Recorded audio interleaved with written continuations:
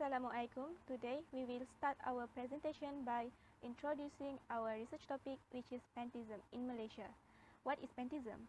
Actually, Pantheism is one of the old religions that has been established in this world at least since from the 6th or 7th centuries before Christ. In this religion, they believe everything in reality is identical with divinity. They don't have any specific god, but they assume that all like jungle, tree, rocks, and even water are related to divinity. And yes, pantheism have their own characteristics, own cultures, and their own way to pray. Uniquely, this religion was spread out by not a missionary but a philosophical figure such as Giordano Bruno and Baruch Spinoza. This pantheism was split up in two phases, which is Old Pantheism and New Pantheism. So there was a little change on their language and understanding to explain about their religion. That's a bit introduction history of the pantheism. Now we move to our research problem statement. Firstly, the obvious problem of the study is the extent to which the history of pantheism has long been entrenched in Malaysia.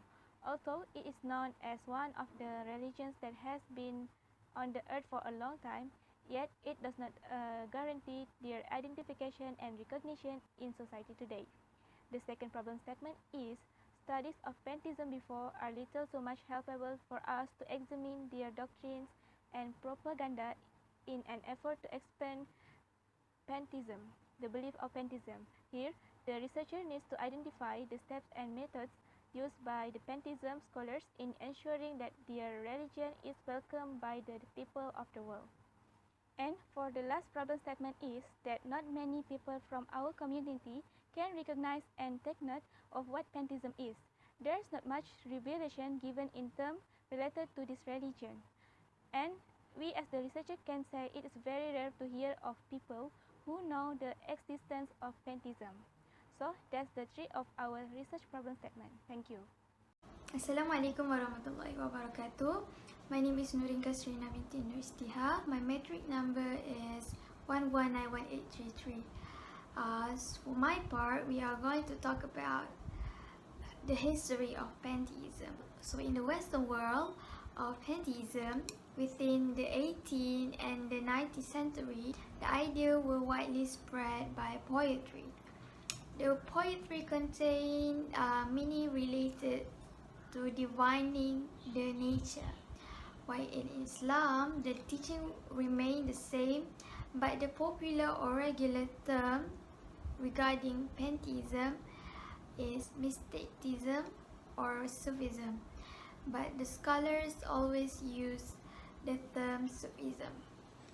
So now we are going to talk about how pantheism come to Malaysia, or we will call Malay Peninsula. So the answer is by doctrine that has been borrowed from Hinduism. So Hinduism and Buddhism dominated Southern Asia by 14th century. So of course, the practice may be different from the Western practice, but the teaching remained the same, with worshipping God with the nature. Moving to the next section with fatwa or opinion on pantheism. So it is clear to us that pantheism is heretic or heresy religion part, but why it's become heretic? So the reason why, because it is contradict to the concept of Tawheed in Islam, which worshipping only God, which is Allah subhanahu wa ta'ala. So also, pantheism already strayed from the Quranic verse from Surah Al-Ikhlas, verse 1 until 4. Bismillahirrahmanirrahim. Qul huwallahu ahad, Allahu samad, lam yalid wa lam yulad, wa lam yakul lahu kufuwan ahad. Which being translated, He is Allah who is one God, the eternal refuge. He's neither begat nor is born, nor is there to him any equivalence. So I think the verse were very clear to clarify the heresy of pantheism. in Islam. So that's all from me. Thank you. The Pantheist God is not the same as the gods of Judaism, Christianity, or Islam. It is merely the reality of being in its current state. In any human sense, it is beyond personality. It can truly love us, but it also can detest us. The actual practice is the central object of Pantheist devotion. Next, Pantheism is based on two key beliefs. First, all Pantheists believe that the universe is deserving of great veneration in some way. Second, they acknowledge that the universe is a cohesive whole in which all individual entities are interconnected portions in insignificant ways.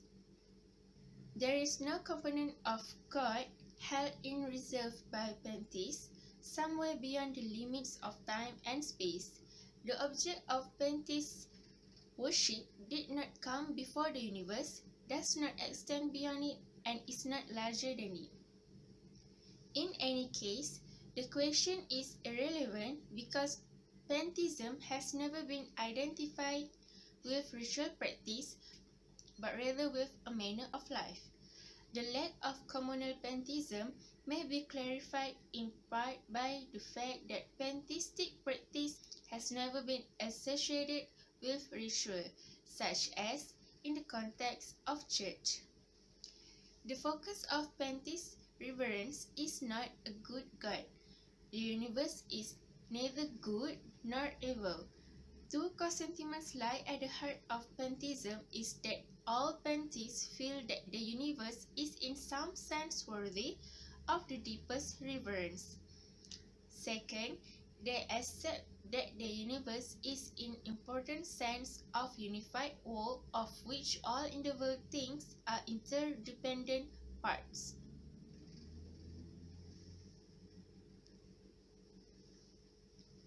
For pantheists, there is no part of God held in reserve, somewhere beyond the edge of time and space.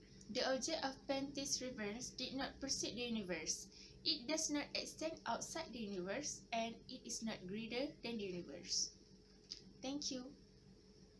For the last part today, I will be presenting about the conclusion.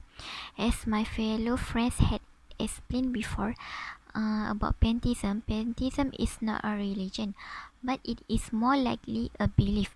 It is an old belief that had existed for a long time.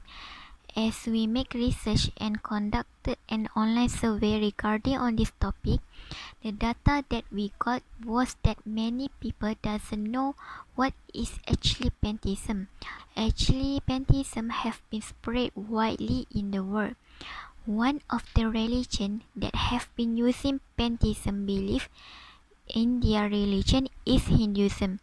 Pantheism is also considered as an issue in Deviant teaching because its belief is contradict with our Islamic belief. There are few suggestions that we provide in our research to give awareness to people about the issue of pantheism and also Deviant teaching. First, we provide a course and subject that focus on study of Deviant teachings. The second one is increase dakwah activities that give more information about Deviant teachings. Dakwah also means Islamic preaching is another effective way to approach people. Many people, especially in Muslims, love to listen to dakwah preaching through online videos, television, social media, and others. And lastly, we provide more Islamic studies at schools and universities without limited time. Hopefully, if we put all these recommendations into consideration to include this method, we can raise awareness and stop the spread also the issue of deviant teachings in the country. This brings to the end of our group presentation. Thank you and Assalamualaikum warahmatullahi wabarakatuh.